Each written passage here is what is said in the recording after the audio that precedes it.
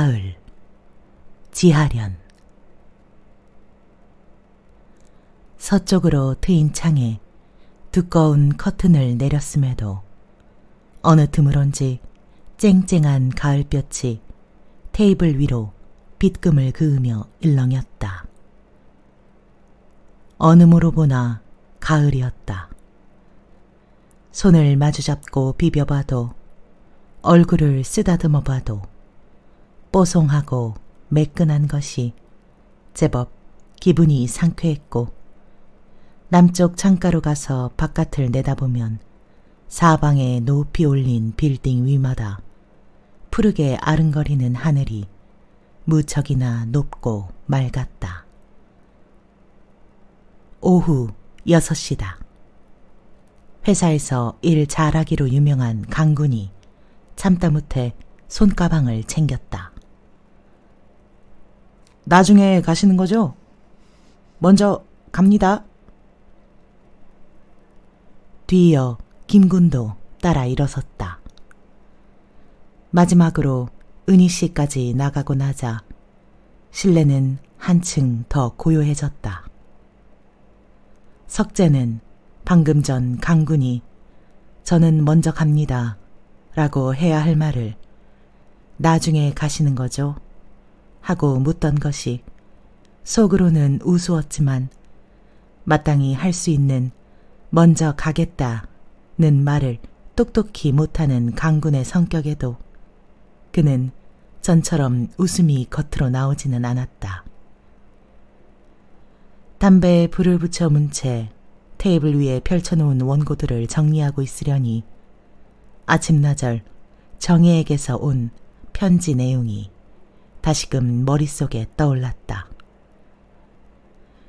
역시 그리 기분이 좋지 않았다. 단순히 불쾌해서가 아니라 그 불쾌한 감정을 뒤따르는 맹랑하고도 해괴한 이 묘한 감정을 어떻게 처리해야 할지 계속 망설여졌기 때문이었다. 사실 석재는 오늘 온종일 그것과 실랑이 벌였는지도 몰랐다. 정혜는 아내와 제일 친했던 친구였다. 그리고 동시에 아내 생전에 이상한 처신으로 아내를 곤란하게 한 사람이기도 했다. 석재도 그녀 때문에 대단히 난처했던 경우는 있었을 망정 그 행동에 기분이 좋았던 적은 한 번도 없었다. 그리고 그녀가 아내와 소원해진 이후의 행방 때문에 그녀가 더더욱 불편했다. 들은 바에 의하면 정혜는 그 후 결혼을 했으나 금방 이혼을 했고, 이혼한 뒤에는 소위 연애 관계가 무척 번잡해져서 석재가 아는 사람 중에도 몇몇이 거기에 엮이기도 했다고 들었다.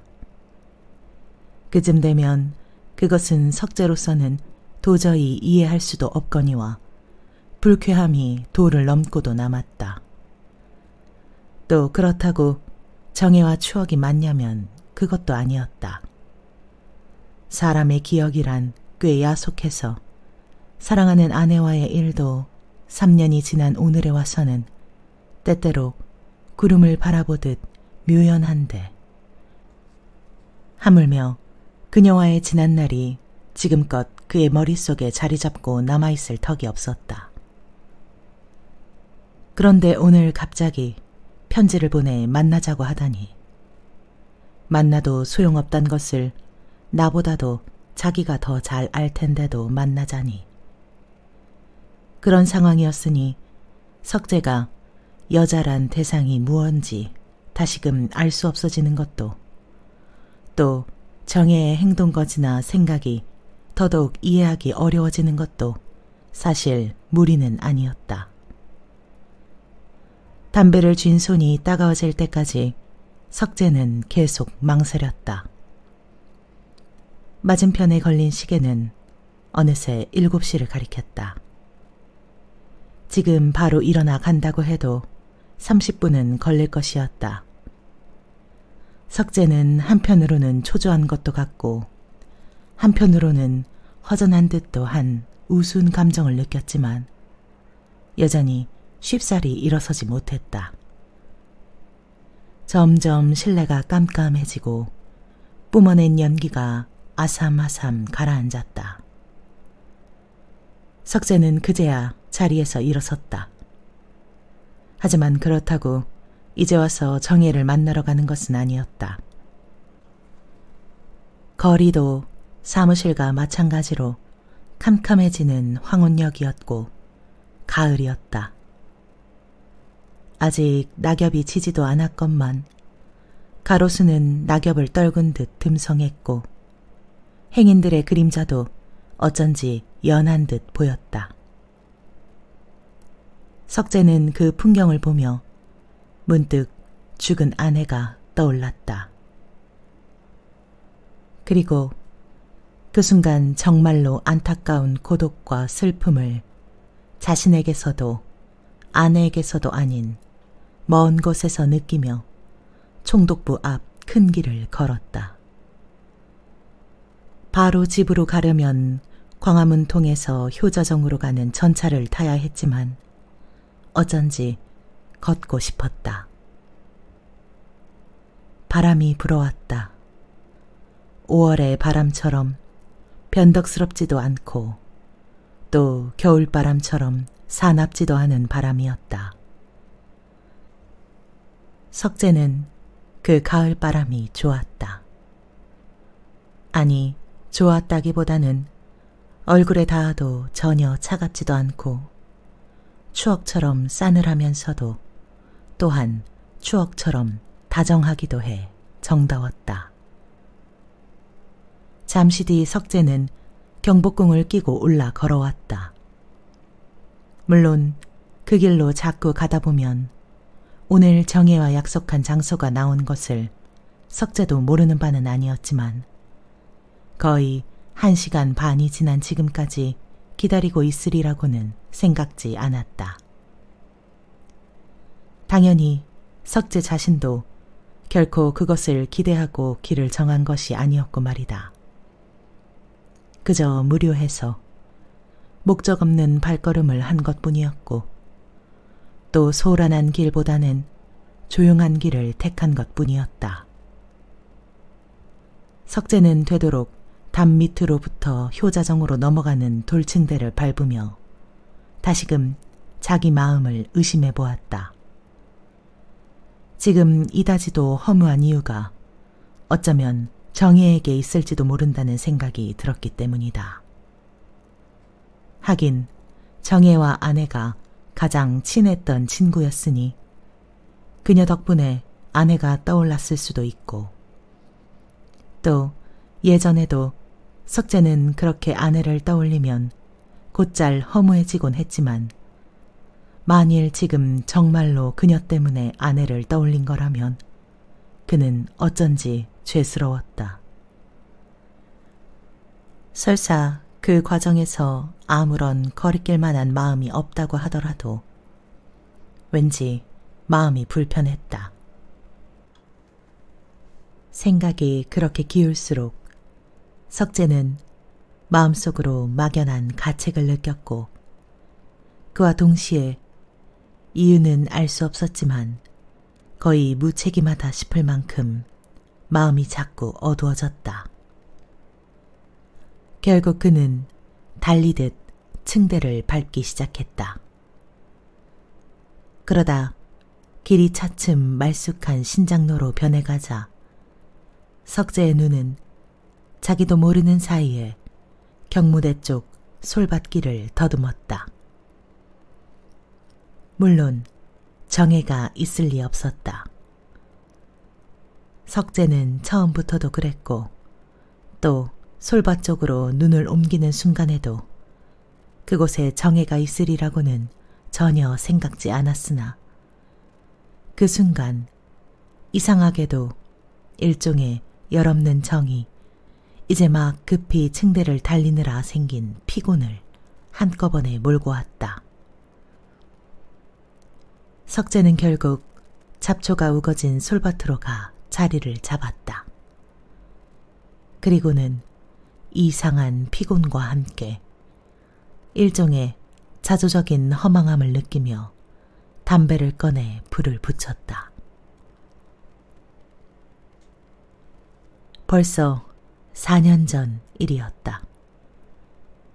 어느 날 석재는 어떤 친구에게서 모유가 부족한 데에는 돼지 발이 좋다는 말을 들어 회사에서 나오는 길에 태평동을 들러 찾아봤지만 가는 날이 장날이라고 어디에도 보이지 않았다. 그래서 돼지 발도 돼지고기일 테니 살코기와 뭐가 다르겠는가 싶어 살코기 2근을 사들고 집으로 돌아갔다.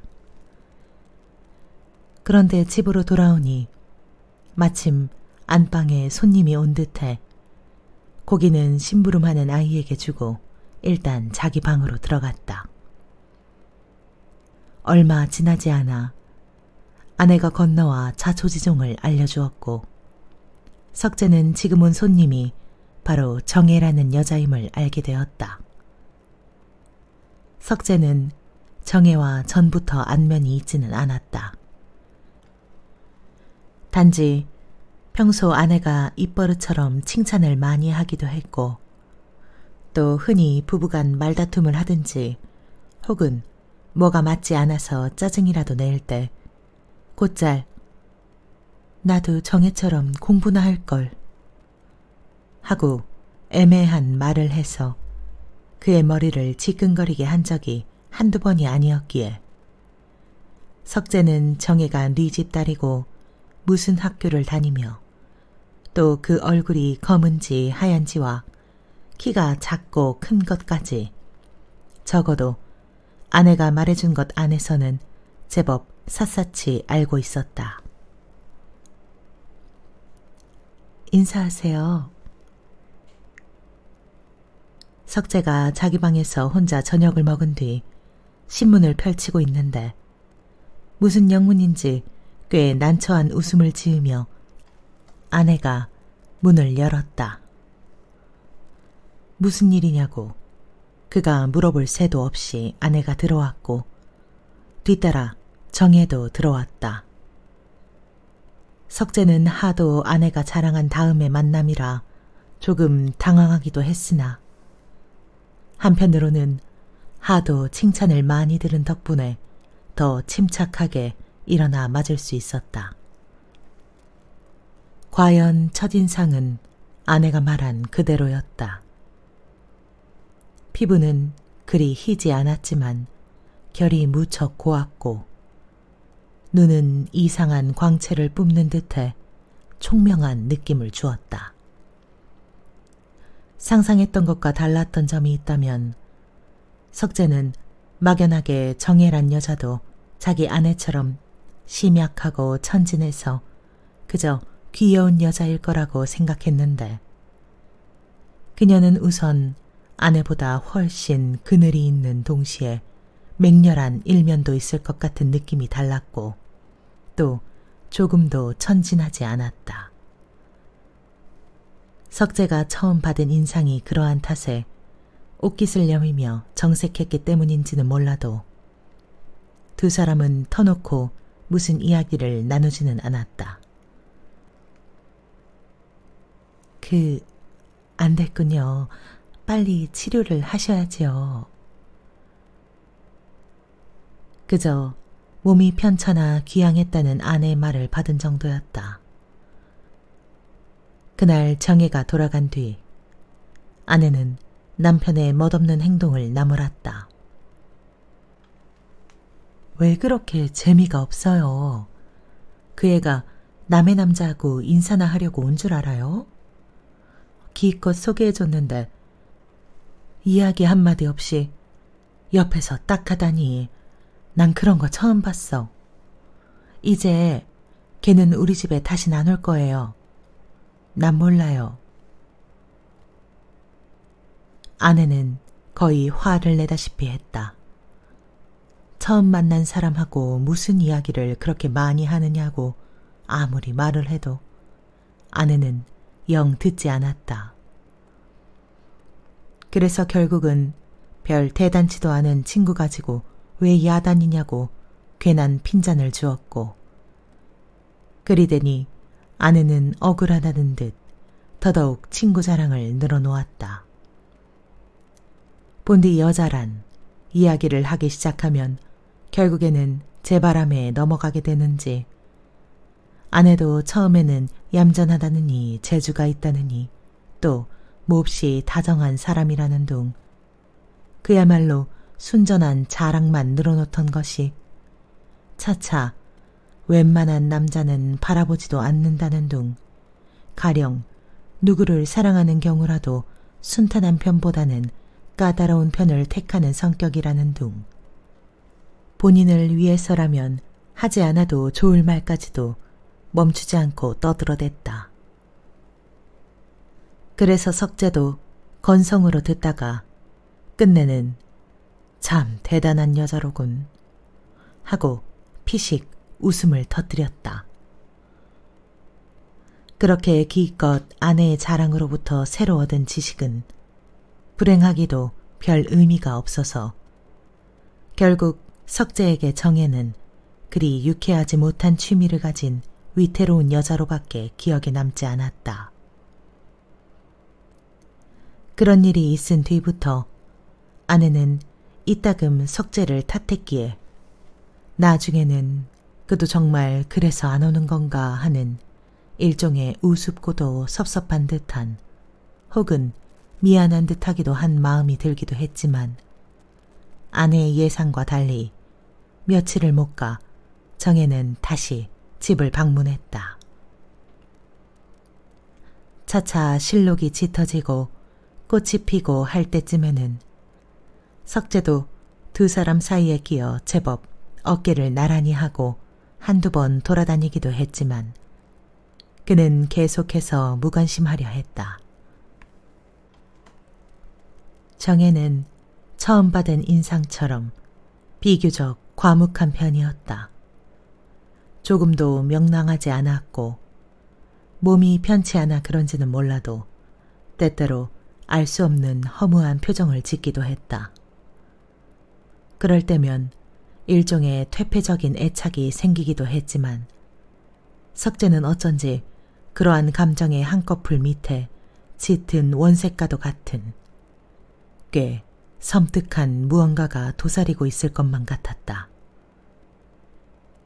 석재가 우정 저편의 존재를 무시한 순간이 정혜에게서 그러한 것을 본 때였다. 그래서 그는 분명히 무언가를 감추고 있을 것 같은 그녀의 영역에는 일부러 가까워지기를 꺼렸다. 이번 일요일에는 영화 보러 가요. 어느 날 아내가 저녁을 먹고 난 뒤 석재에게 말했다. 왜 맨날 같이 다녀야만 해? 같이 좀 다니면 어때? 뭐 체면이 떨어지기라도 해요. 관둬요. 우리끼리 갈 테니까. 석재는 아내가 또 정혜와 같이 가자고 하는구나 생각하면서 아내 말에 면박을 주니 아내는 그날도 불만은 품고는 끝내 뾰로통한 표정을 지었다. 그러고는 아내가 정혜에게 엽서를 보낸 듯 했으나 그녀는 웬일인지 다가온 일요일에 집으로 오지 않았다. 얘가 웬일이지? 잘 됐군. 석재는 기다리던 아내를 놀렸지만 그도 그날은 종일 집에서 하루를 보내게 되었다. 그런데 이튿날 석재가 회사에 출근하니 웬 낯선 글씨의 편지 한 장이 다른 편지들과 섞여 있었다. 다시 한번 살펴봐도 역시 잘 모르는 편지였다. 석재는 일부러 맨 나중에 그 편지를 뜯었는데 그 편지는 그가 처음에 막연하게 예상한 대로 정혜에게서 온 편지였다. 그러나 내용은 별것 없었다. 잠깐 상의하고픈 게 있으니 만나고 싶다는 것과 몸이 불편해 찾아가지 못하기에 만날 장소와 시간을 알리는 극히 간단한 편지였다. 처음에 석재는 그리 기분이 좋지 못했다. 그러나 불쾌하게 여기기에는 무난하디 무난한 편지였기에 까다롭게 여기는 자기 마음이 오히려 쑥스러워져 나중에는 자신도 되도록 평범하게 생각하려고 했다. 당신 친구한테서 편지 왔던데? 그날 집으로 돌아와서도 석재는 아무렇지 않은 양 편지를 내놓으면서 마치 아내에게 온 편지를 전하듯 무심하려 했다. 무슨 일일까? 새로 앓는 병에 관한 이야기인가? 아내는 자기에게 온 것이 아닌 줄 알자 좀 의아한 듯 의심쩍어 했다. 병에 대한 거라면 의사한테 가야지. 아무튼 무슨 이유로 편지를 보냈든 할만해서 했을 테니 가봐요. 석재가 일부러 말을 받으니 아내는 역시 친구 편을 들었다. 석재는 마음속으로 아내가 아직 한 사람의 여자로서는 너무 어리다는 것을 느꼈고 또 그처럼 어린 아내의 순진하고 단순한 마음씨를 그대로 받아들여 옳고 그름을 따지는 것은 둘째로 치기로 했다. 그렇게 그는 그날 정혜를 만나러 갔다. 석재가 전차에 내려서 정혜가 기다리는 본정통의 어느 찻집으로 들어섰을 때 시간은 거의 8시가 다 됐었다. 정혜는 들어가는 입구 왼편에 자리를 잡고 앉아 있었기에 찾기 어렵지는 않았으나 처음으로 단 둘이서만 만나 그런지는 몰라도 그녀는 어쩐지 편지와는 다르게 조금 당황한 듯 인사했다. 석재는 별말 없이 인사를 받으며 기왕 왔으니 설사 저쪽에서 어떤 태도로 나오든 간에 자신은 되도록 거리낌 없이 대해야겠다고 생각했다. 석재는 먼저 몸 상태를 물은 뒤 아내도 몹시 염려한다는 것과 그래서 오늘 같이 나오려다 못 나왔다는 이야기를 제법 아무렇지 않게 늘어놓았다. 그러나 정혜는 왜인지 그런 이야기에는 별 흥미가 없다는 듯 건성으로 네 하고 대답할 뿐 이렇다 할 이야기를 먼저 꺼내지 않았다. 그쯤 되면 누가 만나자고 한 사람인지 헷갈릴 정도였다. 나가실까요? 석재가 점점 말을 잃고 반쯤 싸늘히 식은 찻잔에 손을 가져갈 무렵 정혜가 벼랑간 말을 건넸다. 네. 석재는 얼떨결에 대답했으나 본정통 입구를 돌아 나오면서 그는 의아해졌다. 그러나 그렇다고 어떻다 내색할 수도 없었으므로 그저 아무 생각 없이 덤덤히 여자를 따라 걸었다. 내게 무슨 할 얘기가 있었나요? 두 사람이 남대문 통으로 해서 부청 앞 넓은 길로 나와 다시 광화문 통을 바라보고 걷기 시작했을 때 석재는 끝내 궁금함을 참지 못하고 물어보았다.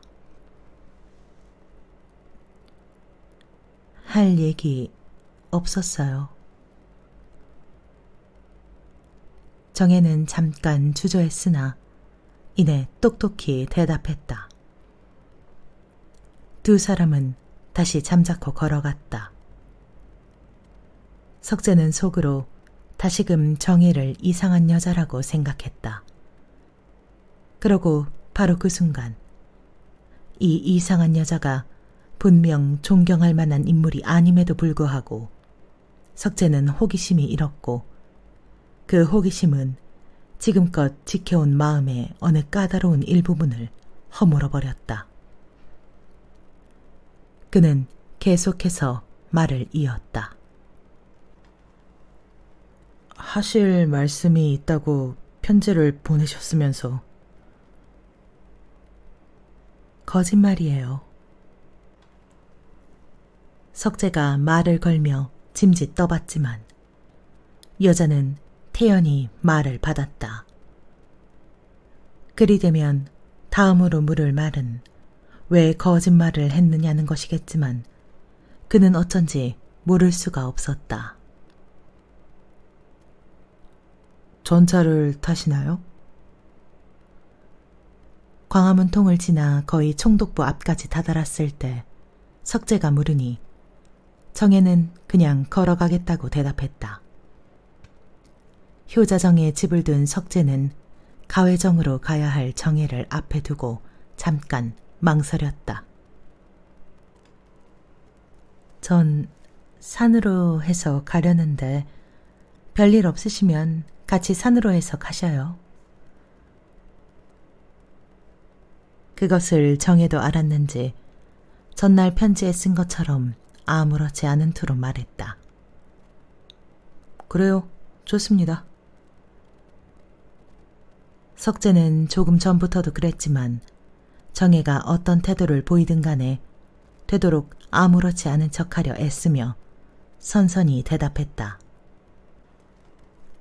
경복궁 긴 담을 끼고 삼청동을 지나 과해정으로 넘어가는 널따란 길을 걸으면서도 두 사람은 그다지 말이 없었다. 석재는 이따금 우습게 거슬리는 감정을 느끼기도 했지만 그저 정혜가 하는 대로 두고 보기만 했다. 이제 혼자 가도 괜찮아요. 길이 변해 가회정 쪽으로 기울어질 때쯤 정혜가 돌아섰다. 괜히 고집을 부려 미안했어요. 석재도 그저 그러냐는 듯 따라 걸음을 멈췄다. 그리고 한순간 묘하게 어색한 분위기를 느끼며 그냥 서 있으니 정혜가 약간 허망한 말투로 말했다. 석재는 잠자코 있을까 하다가 그 상황에 고집이라는 말이 생각할수록 특이하고 재미있는 말이라 물어보았다. 왜 그런 고집을 부렸죠? 이상해요? 네. 석재는 정혜에게 배운 대로 한번 솔직하게 대답해 보았다. 나빠요. 글쎄요. 그러나 의외로 그 말에 정혜가 쏘아보듯 석재를 쳐다봤다. 석재는 이 애매한 말에 정혜가 희한하게도 자신을 나쁜 사람이라고 비난한 것을 금세 알아챘으나 자기도 모르게 어물쩍 넘겨버렸다. 지금 생각해도 그때 정혜에게 받은 꼬지람은 참 억울했다. 석재는 그날 밤 집에 돌아와 자리에 누워서도 정혜와 주고받은 말이 좀처럼 사라지지 않았다. 참으로 이상한 여자인 것이 제 말에 비춰본다면 결국 석재 때문에 자신이 어떤 괴로움을 겪고 화를 입을 거라는 건데 이미 그렇게 모든 것을 알고 있으면서 무엇하러 굳이 제 손으로 함정을 파려는 건지 이해가 가지 않았다. 아무리 생각해봐도 원래 그런 성격이란 것이 있을 것 같지도 않았고 장난이라면 그건 정도를 넘어 고약했다. 그냥 두고 보자. 석재는 결국 그렇게 결론을 내린 뒤 그런 식으로 살아가는 여자라면 당연히 머지않아 다시 말이 있으리라 짐작했다. 그러나 그 후 정혜에게서는 어찌된 일인지 전혀 소식이 없었다. 일주일이 지나고 한 달이 지나도 전혀 소식이 없었다. 석재는 정혜가 궁금하기도 했지만 그래도 가만히 두고 보기만 했다. 1년이 지나갔다. 그동안 부부는 정혜가 결혼을 하고 이혼까지 했다는 소식을 들었으나 그런 일이 있은 다음부터는 석재도 아내도 정혜 이야기를 꺼내지 않았다. 정혜 못 봤어요? 그러다가 단 한 번 아내가 떠나기 전 어느 비오는 날 밤 아내가 벼랑간 물은 적이 있다. 그때 석재는 왠지 마음이 몹시 언짢았다. 여태껏 한 번도 묻지 않은 것을 봐서 아내에게는 그것이 제일 묻고 싶었던 말인가 싶기도 하고 또 그처럼 꺼림칙한 말을 그제야 꺼내는 것이 어쩐지 불길한 징조 같기도 해 그는 일부러 아내 옆으로 가까이 가 도리어 웃으며 물어보았다. 보다니 어디서 봐. 봤으면 내가 얘기 안 했으려고. 혹 길거리에서라도 못 봤나 해서. 아내도 따라 웃었으나 그때 석재는 뭔가 아내에게 몹시 잘못한 것 같은 느낌이 들어 자기도 모르게 중얼거렸다. 그딴 이야기를 무슨 그따위. 그리고는 창 옆으로 가 담배를 집어들었다. 밤은 오칠한 듯 검고 비는 쉴 새 없이 내리고 이따금 동병실로 가는 간호사들의 바쁜 걸음이 몹시도 싫은 밤이었다. 아내는 석재가 뭐라고 하든 정혜와 관련된 여러 가지 그리운 기억들을 혼자 속삭이듯 도란도란 떠들어댔다. 그래도 걔가 착한 데가 있어요. 다음에 만나면 다정히 대해줘요. 석재는 결국 화를 내고야 말았다. 땅거미가 잡힐 때가 되었어야 석재는 풀밭에서 일어났다. 어떤 일본인 노인이 손잡벌대는 어린애를 앞세우고 제바람에 꼬레를 물고 달리는 점박이 삽살개를 놀리며 저리로 가는 것이 보였다. 석재는 어린아이의 뒷모습에서 지금쯤 라디오 가게 앞에서나 우체통 앞에서 할머니를 따라 놀고 있을 아들 영희를 생각하며 천천히 걸음을 옮겼다.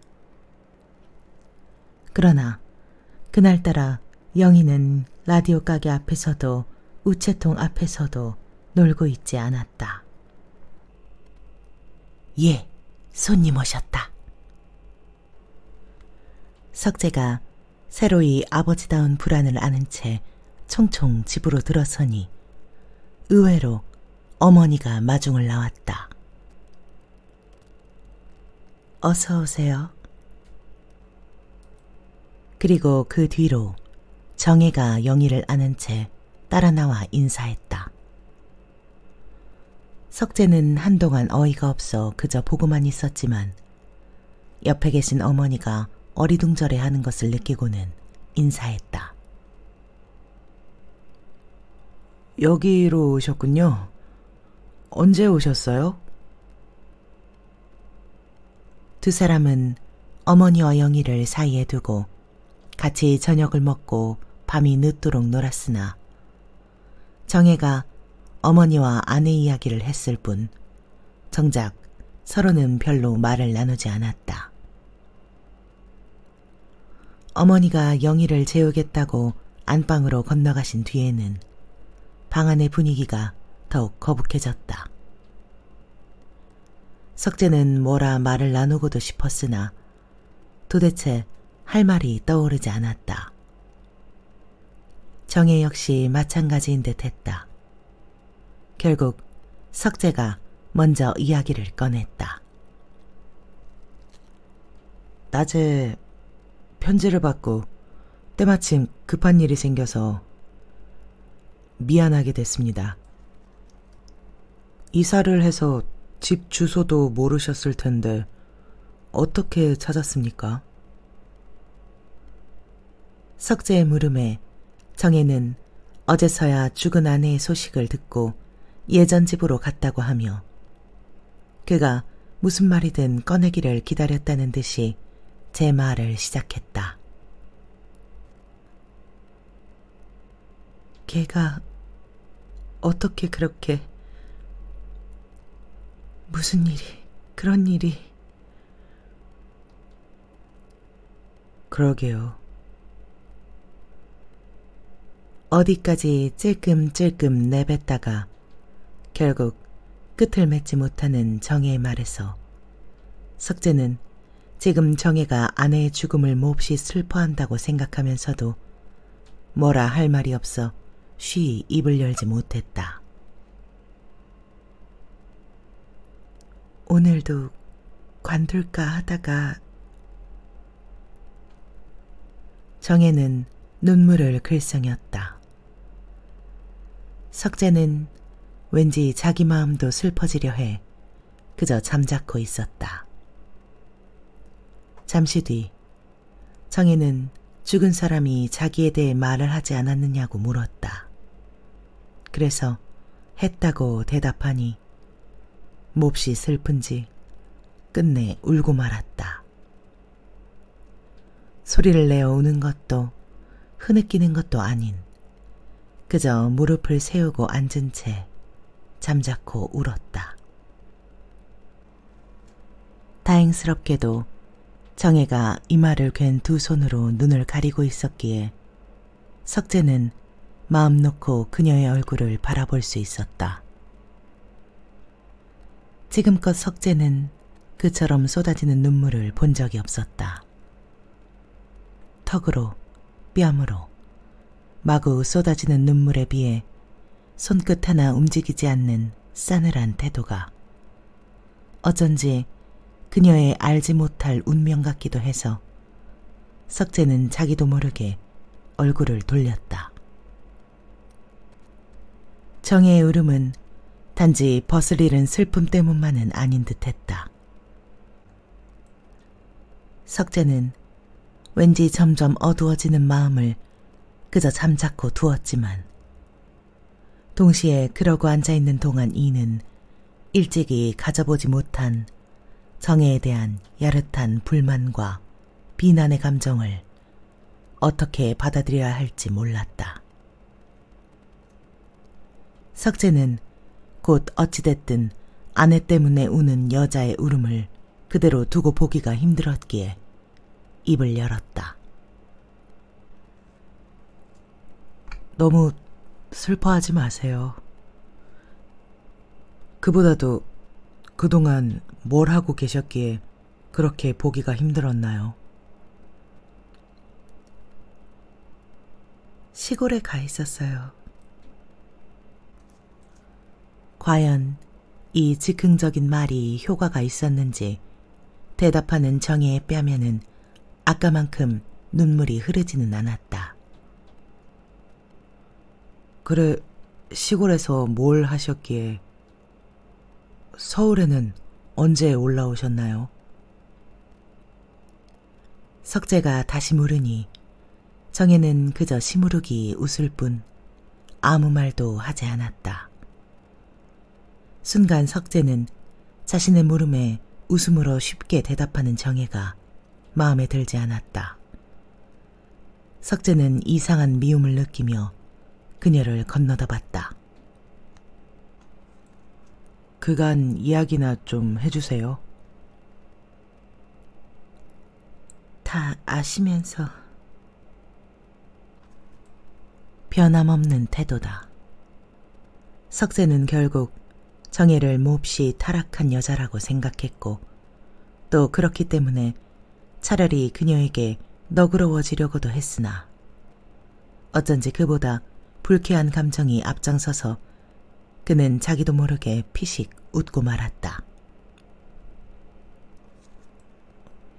하도 다양한 얘기를 들어서 원.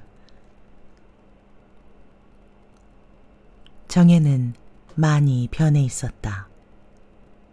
우선 피부가 헬쑥할 정도로 하얘졌고 성격도 많이 변했는지 전처럼 과묵하다는 인상을 주지도 않았다. 대신 전보다 사뭇 품위와 무게가 없어 보이기는 했다. 석재는 잠깐 말을 잃은 채 앉아 있었으나 곧 우연히도 정혜와 눈이 마주친 순간 놀라고 말았다. 정혜는 두 손을 무릎 위에 올려놓은 채 퀭한 눈으로 맞은편 벽을 보고 앉아 있었는데 그 버릇같이 허망한 얼굴이 예전에는 건방지고 도도한 듯 보였다면 지금은 그것과는 훨씬 달라져 어쩐지 처참해 보였던 것이다. 가볼게요. 이내 정혜가 자리에서 일어섰으나 그는 계속 덤덤히 앉아 있었다. 그러나 떠나기 전 안방으로 건너가 어머니에게 인사를 하고 잠이 든 영희를 들여다볼 때의 얼굴은 의아할 정도로 달랐다. 언뜻 명랑해 보이기까지 했다. 석재는 다시금 불쾌해졌다. 전혀 성실하지 못한 경박하고 방종한 성격을 내보이는 것 같아 증오에 가까운 감정이 들기도 했지만 그럼에도 조금 전에 그 알 수 없는 얼굴이 좀채 머릿속을 떠나지 않았다. 뭘 후회한다면 조금 더 치사해야 했고 이도저도 아니라면 훨씬 더 분별 없었어야 했다. 후회하지 않는 얼굴. 싸늘하면서도 밝은 눈으로 행동하고 그 눈으로 나와의 일을 피하지 않는 얼굴. 그렇다면 좀 더 순수하게 절망해야 하지 않을까. 석재는 여전히 갈피를 잡지 못한 채 정류장까지 정혜를 따라 나섰다. 예전처럼 그녀가 굳이 이끈 것도 아니었다. 오히려 정혜는 몇 번이나 사양했으나 석재는 아무래도 모질게 굴고 싶지 않기도 해서 그저 먼 곳에서 와준 손님을 대접하듯 만약 그녀가 전날처럼 산으로 해서 가겠다면 얼추 바래다라도 줄 셈으로 그대로 경무대 앞길로 들어 걷기 시작했다. 차츰 길이 고요해질수록 정혜는 방 안에서보다 훨씬 말이 많아졌다. 이따금 거리낌 없는 태도로 지난 이야기를 하기도 하고 또 때로는 꽤 가볍게 제가 생각하는 바를 털어놓기도 했는데 석재는 그 모습에서 죽은 아내가 생전에 자신을 대하던 솔직하고도 단순한 태도가 떠올라 기분이 나빠졌다. 그러나 정혜는 갈수록 점점 못할 말까지 떠들어댔다. 연애를 많이 하는 여자는 사실 한 번도 연애를 못 해본 여자일지도 몰라요. 정혜는 그런 말을 하기도 하는가 하면 당장 들어서는 뜻 모를 말을 그대로 소곤거리기도 해 꼭 다른 사람 같았다.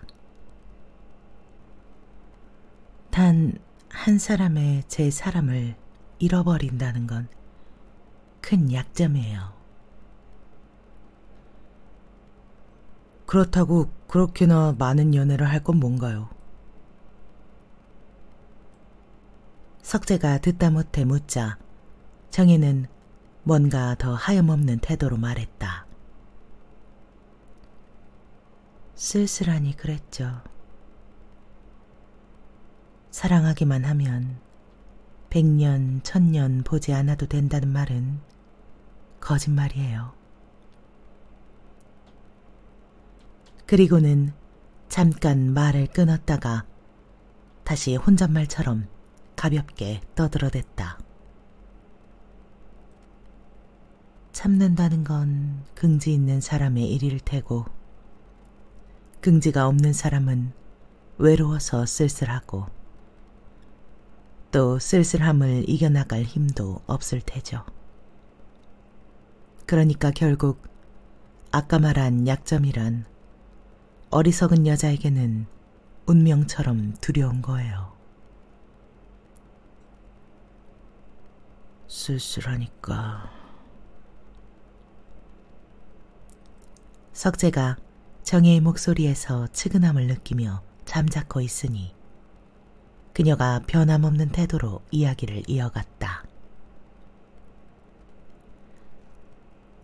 사람을 진정 좋아하는 마음이란 그리 수월치가 않아요. 무작정 보고 싶어지죠. 거기에 거역하려면 스스로를 상처 입히는 수밖에 없어요. 석재는 정혜의 대담한 이야기가 징그럽게 느껴지거나 감동스럽기보다도 서양 여자들이 많이 걸린다는 무도병이란 병처럼 이 여자에게도 고백병 같은 게 있는 건가 싶어 의아해졌으나 한편으로는 언젠가 걔는 자기가 누구를 사랑하는 경우라도 순탄한 편보다는 까다로운 편을 택하는 성격이래요. 하던 아내의 말이 떠올라 어쩐지 한 소녀의 당돌한 욕망이 그보다 훨씬 사나운 현실에 패한 뒤에 폐허를 보는 듯해서 기분이 좋지 못했다. 이쪽으로 가 전차를 탈게요. 얼마나 걸었을까. 세갈래길에 이르렀을 즈음 정혜의 꺼낸 말에 석재는 비로소 고개를 들었다. 그리고 눈물에 흠뻑 젖은 정혜의 얼굴에 놀라고 말았다. 생각지도 못했다. 석재는 처음부터 정혜가 울면서 이야기를 했다는 것이 믿어지지가 않았다. 석재는 정혜가 다시금 알 수 없어지면서도 한편으로는 이상하게 마음이 무거워졌다. 두 사람이 서로 없이 경복궁 긴 담을 끼고 거의 반 정도 내려왔을 때 정혜가 다시 입을 열었다. 인생이란 역시 어떤 고약한 사람에게도 소중하고 고귀한 것인가 봐요. 아무리 가혹한 운명이라도 그것을 완전히 빼앗지는 못하나 봐요. 죽기 전 꼭 한번 뵙고 싶었어요. 뵙고는 제일 고약하고 흉측한 내 이야기를 단 한 사람 앞에서 하고 싶었어요. 정혜는 아까와 같은 목소리로 도란도란 이야기했다. 석재는 고개를 숙인 채 마음속으로 지금도 정혜가 울면서 이야기하고 있으리라 생각했다. 뭔가 더 참을 수가 없었다. 당장 손을 붙잡고 많은 이야기를 하고 싶은 충동을 느꼈지만 어떻게 표현할 길이 없었다.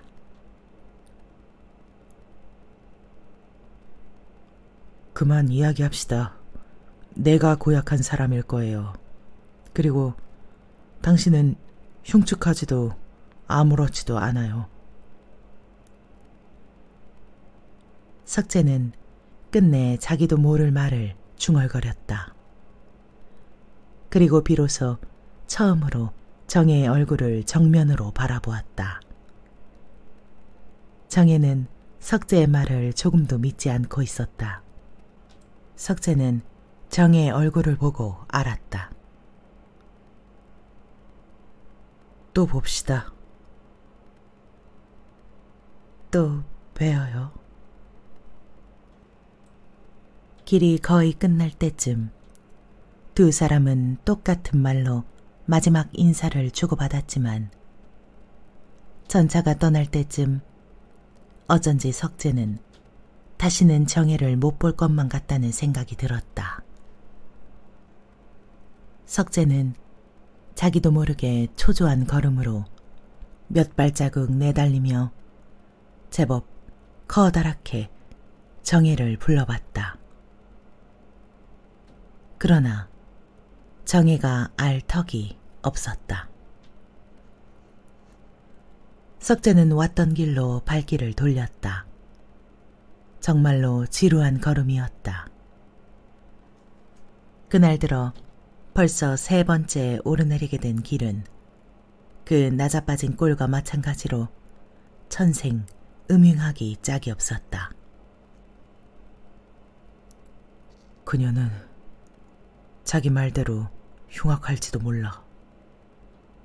그러나 끔찍한 사람은 아니야. 수많은 여자들이 한껏 비굴해짐으로써 겨우 흉악함을 모면하는 거라면 여자란 영원히 아름다울 수 없는 걸까? 석재가 참기 어려운 언짢음을 품고 돌층대를 반이나 올라왔을 때 그는 마음속으로 중얼거렸다. 다음 순간 눈앞에는 어느 끔찍한 여자보다도 더 끔찍한 무언가가 싸늘한 가을바람과 함께 그의 얼굴에 부딪혔다.